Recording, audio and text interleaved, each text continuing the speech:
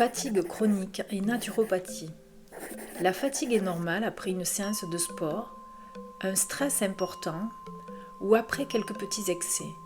En revanche, si elle persiste après le repos et que vous êtes fatigué dès le réveil, alors on parle de fatigue chronique et il va être important d'agir. Oui, mais comment reconnaître une fatigue chronique? Si vous êtes somnolent dans la journée, que vous souffrez d'un manque de concentration, de troubles de la mémoire, de céphalées inhabituelles, avec des difficultés à faire de l'exercice physique et des douleurs musculaires, on peut parler de fatigue chronique. Nous allons voir quelles peuvent être les causes. En naturopathie, il sera donc important de bien mener l'enquête afin de comprendre quelles sont les causes pour faire la différence entre fatigue normale et fatigue chronique.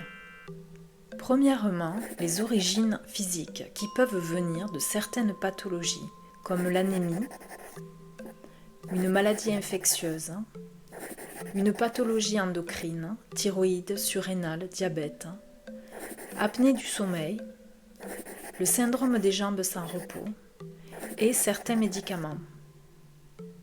On trouve aussi les carences alimentaires dues à une alimentation peu nutritive.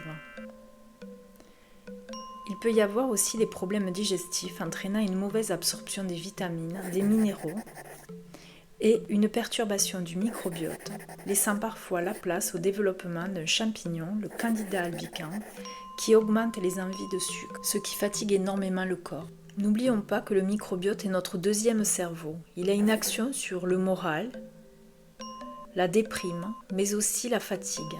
Une autre cause très fréquente est la surcharge hépatique. Le foie n'arrive plus à nettoyer les déchets et ils vont encombrer l'organisme et le fatiguer. Une dernière cause, la surconsommation de sucre qui va beaucoup solliciter l'organisme. Et une fois de plus, le fatiguer. Passons maintenant aux origines psychologiques, puisque la fatigue peut être la conséquence d'un stress, d'une déprime passagère, d'une baisse de motivation, d'un manque de moments pour soi, d'un rythme trop intense, d'une mauvaise hygiène de vie, d'une maladie ou d'un acte opératoire, ou après une grossesse. Alors, que peut faire la naturopathie? En naturopathie, la solution se trouve souvent dans l'assiette, puisqu'une alimentation déséquilibrée, trop sucrée, trop salée ou trop grasse peut causer un niveau de fatigue anormalement élevé. De plus, les aliments pauvres en vitamines et nutriments favorisent la fatigue et peuvent être responsables d'une sensation d'épuisement, d'un manque de sommeil ou encore d'un niveau de stress anormal. Prenons l'exemple du pain blanc, pauvre en minéraux, en vitamines et en oligo-éléments, et bien entendu en gluten qui accentue l'inconfort intestinal ainsi que la fatigue chronique.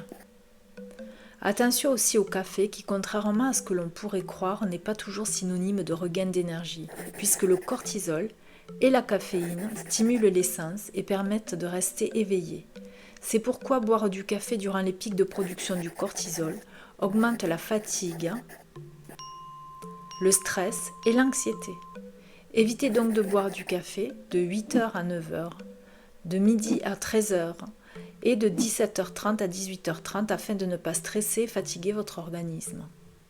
Le naturopathe va privilégier une alimentation riche en bons nutriments, lipides, glucides, protides, mais aussi des fibres, des vitamines, des minéraux et des oligo-éléments que l'on retrouve majoritairement dans les végétaux. Une répartition des repas sera proposée afin que les aliments ingérés ne perturbent pas les fonctions de l'organisme, mais au contraire soutiennent la production d'enzymes, d'hormones et de neurotransmetteurs nécessaires à la bonne énergie du corps. La naturopathie propose en seconde intention de travailler sur la gestion des émotions, puisque lorsque l'on est fatigué, le moral est souvent très bas. Pour cela, il existe une multitude d'outils capables d'apaiser le mental et les émotions qui vont avec. Le principal, dans un premier temps, va être de s'organiser des moments pour soi en intégrant des techniques qui nous correspondent. L'objectif est de lâcher prise. Ensuite, le naturopathe conseille de mettre le corps en mouvement. Lorsque l'on est fatigué, il est très difficile de se mettre en action. Il va donc être important de choisir une activité adaptée à son état de fatigue, en commençant doucement. Elle doit répondre aux besoins et à l'état physique et émotionnel du moment. L'activité est libératrice d'endorphines et de dopamine, deux alliés anti-stress. Sachez que la sédentarité entretient cet état en plus de favoriser des troubles de la santé. Dans le cas où votre fatigue vous empêche le mouvement, il existe le massage qui remobilise les muscles ainsi que la microcirculation sanguine et lymphatique. La naturopathie va aussi souligner l'importance du repos, puisque quand le corps est fatigué, il n'arrive plus à éliminer les toxines, ce qui augmente un peu plus l'état de fatigue. C'est là que le sommeil entre en jeu, puisqu'il permet de nettoyer le corps des toxines, de réparer les tissus et de recharger les batteries. Alors pourquoi ne pas s'octroyer une petite sieste dès que l'on peut, et pourquoi pas aussi déléguer les tâches du quotidien afin de prendre des moments pour soi. Pour terminer, il arrive que dans certains cas, le naturopathe propose en supplément d'autres techniques adaptées à la personne qui consulte. Je vous propose pour cela de visionner les 10 techniques naturopathiques.